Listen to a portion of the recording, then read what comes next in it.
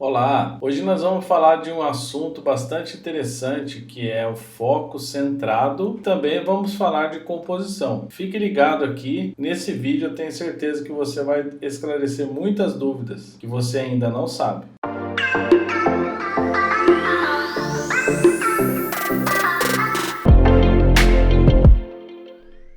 Então vamos lá, nós vamos falar de foco centrado e composição. O foco centrado, nessa imagem, você pode ver que a foto foi tirada focando no olho do pássaro, né? Porém, o foco ele pegou no corpo do pássaro, né? Por que isso aconteceu? Porque quando você colocou o foco no olho, o foco ficou no corpo porque a sua câmera está precisando de fazer uma coisa que chama microajuste. E nós temos um vídeo no nosso canal que você pode verificar e assistir e fazer pessoalmente esse ajuste, que você vai ver que vai melhorar muito as suas fotos, principalmente nesse caso que eu estou te mostrando. Então, o que aconteceu nessa foto? Existe uma distância entre o olho e o corpo do pássaro, né? Que exatamente essa distância pequenininha a gente chama de microajuste. Então, você dá uma olhadinha no nosso vídeo, no nosso canal sobre microajuste, que você vai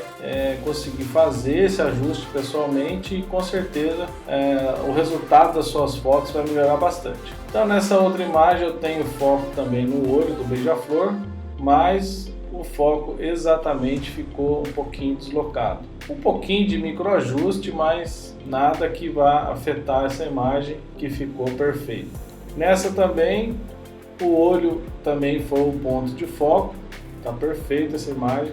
Já nessa imagem, o foco também foi no olho, porém o que ficou focado foi a cauda do pássaro e o pé dele. Ou seja, essa foto foi tirada e também precisa realizar um microajuste. A mesma coisa, né? A distância do olho do pássaro até o ponto onde pegou o foco, que foi na cauda, essa pequena distância é o microajuste que precisa ser realizado. Aqui eu tenho uma outra foto onde o foco ficou perfeito, né, no olho do pássaro. Aqui eu tenho um pato, né, onde o foco ficou no olho, e como o ângulo, né, que a foto foi feita, os dois olhos estão no mesmo plano, né? Você vê que a superfície da água, né, também está no mesmo plano, a mesma profundidade de campo, né, dessa foto. Então é bastante interessante essa foto para verificar que no plano do olho eu tenho os olhos, no foco eu tenho a superfície da água no foco, e fica bem claro que aquele espaço ali é exatamente a profundidade de campo que foi registrada, né? Então vamos falar um pouquinho agora de foco centrado e foco deslocado. Tenho certeza que muita gente não conhece, né? Mas eu vou apresentar para vocês aqui para vocês entenderem, né? Como é fácil fazer o teste e verificar se a sua câmera está com foco centrado ou foco deslocado. Então nessa foto, por exemplo, eu tenho foco no olho, mas se eu aproximar bem mesmo, o meu foco exatamente ele está um pouquinho para baixo, né? Então o retângulo amarelo representa meu ponto de foco. Na câmera eu coloquei o foco no olho, mas quando eu for olhar ele sai um pouquinho de lado, né? Nessa foto a mesma coisa, eu foquei no olho e o foco sai um pouquinho de lado, né? No mesmo plano do corpo, ou seja, isso pode ser um microajuste ou pode o foco também estar deslocado. No teste de foco deslocado ou foco centrado, você vai conseguir verificar essa diferença aí, se precisa de microajuste ou se realmente precisa do ajuste do foco que está deslocado, né?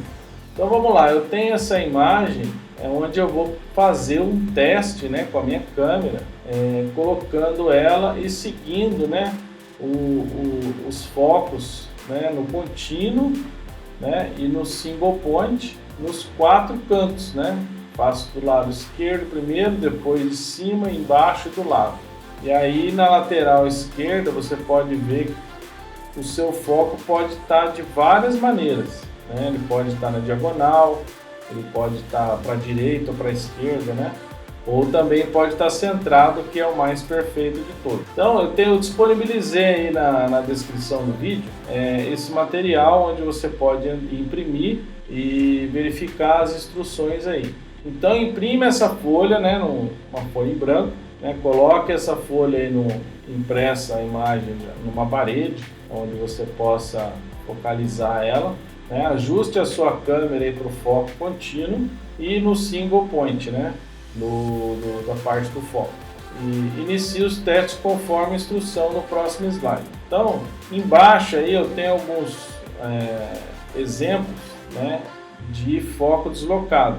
Então, no quadro da esquerda, se o foco estiver deslocado mais ou menos nessas distâncias aí, ele está ok, não precisa fazer nada, está tranquilo, né? Apesar de ele estar um pouquinho deslocado, mas é normal, a diferença é muito pequena. Já no segundo quadro, se o foco estiver completamente fora, aí eu acho interessante você enviar sua câmera para assistência para poder fazer o ajuste direitinho do seu foco. A instrução segue o seguinte: você vai colocar a folha lá e vai começar a direcionar a sua câmera com o foco pressionado, né? E vai levando o foco para o lado da imagem. Quando chegar na imagem e ele focar, isso significa que chegou no ponto de foco. Então, nesse exemplo, eu estou mostrando o foco um pouquinho deslocado, porém ele está ok. Do outro lado, a mesma coisa, né? Vai, quando chega está um pouquinho deslocado também, né? Mas esse, como está deslocado um pouquinho para a direita, um pouquinho para a esquerda, quando você vai para cima e para baixo, o foco está perfeito, entendeu? Isso é só um exemplo. Cada um de vocês vai poder fazer aí e verificar se está dessa maneira ou não. Bom, agora vamos falar de composição. Composição fotográfica é a organização e o enquadramento do assunto dentro da área que será fotografada. Pode-se compreender como parte da composição fotográfica o ponto de vista, ou seja, cada um tem um ponto de vista, né? Cada um tem uma visão, né, ampla do que você está enxergando, né, na sua fotografia. As linhas, as cores, o equilíbrio desses fatores, o destaque do assunto principal, bem como a disposição dos assuntos secundários. Então eu vou mostrar aqui agora um pouquinho de história, né? A espiral de Fibonacci e a espiral dourada começou lá no século XIII, né? Quando um matemático italiano chamado Leonardo Pisa, mais conhecido como Fibonacci, né, publicou um livro chamado Liber Abaci, no qual eu vou disponibilizar um link aí na descrição para vocês baixarem esse livro aí. Ele introduziu uma sequência numérica que ficou conhecida como a sequência de Fibonacci, começando com 0 e 1. E cada novo número na sequência é a soma dos dois números anteriores. O significado da espiral dourada ou relação dourada é o número, né, especial encontrado dividindo uma linha em duas partes. A parte mais longa é dividida pela parte menor e também igual a todo o comprimento dividido pela parte mais longa. A sequência de Fibonacci é a média dos números que foram revelados no ano de 1750. Foi quando Robert Simpson percebeu que a proporção de cada sequência numérica da sequência Fibonacci se aproximava com maior precisão à proporção da média dos números, que foi de 1 por 1,618 e o restante de números aí. Também é conhecida como proporção divina, seção áurea e φ. A sequência de Fibonacci começa a aparecer o φ quando você divide 34 por 21 para obter o número 1,619, ou seja, esse valor se torna cada vez mais preciso à medida que os números vão aumentando. E qual o porquê de tudo isso, né? Como podemos ver em qualquer pesquisa na internet, a média da espiral dourada e Fibonacci estão ligados à vida, né, que você vê das pessoas e até à vida espiritual delas. Eles podem ser encontrados na natureza, no número de pétalas de flores, na forma como o menor caule se desenvolve, em espirais de conchas do mar e muito mais. A proporção áurea de 1,618 é encontrada nas principais proporções do corpo em humanos, em animais, nos insetos e no DNA. E na fotografia é onde nossas percepções de beleza se sustentam, né? Faz total sentido. Que o Φ é um fator do que achamos atraente. Por isso usamos como referência todas as composições de Fibonacci, como linhas, como curvas, como espiral, etc., para realizar as nossas fotografias. Então aqui eu vou exemplificar um pouco alguns símbolos, de Fibonacci. Começa pela regra dos 3/3, a gente usa bastante isso para fotografia, ou seja, os pontos brancos ali são os pontos de interesse da fotografia, ou seja, se você colocar o seu assunto em qualquer daqueles pontos ali, dividindo a sua imagem nesses 9 quadrados ou retângulos, você vai conseguir deixar a sua fotografia bem mais interessante. Então tem a espiral, e a espiral dourada de Fibonacci, e também tem triângulos, e outras formas para se basear aí na composição, que são essas aí que você está vendo. Então aqui eu tenho uma imagem, onde eu vou usar a espiral de Fibonacci para exemplificar como essa foto foi feita, usando a composição. E eu posso também usar ela com um sentido de profundidade, para poder mostrar também como a foto foi composta. Nesse caso eu abaixei, tirei um pouco de céu, para mostrar que na regra dos 3/3 ela também é válida, a profundidade e também um outro símbolo de Fibonacci que também pode ser usado para realizar a composição dessa foto. Nessa foto também foi usada a regra dos 3/3, nessa também foi usada a regra dos 3/3, dividindo um pouco da praia, um pouco do céu, mas com o edifício ali na posição de interesse.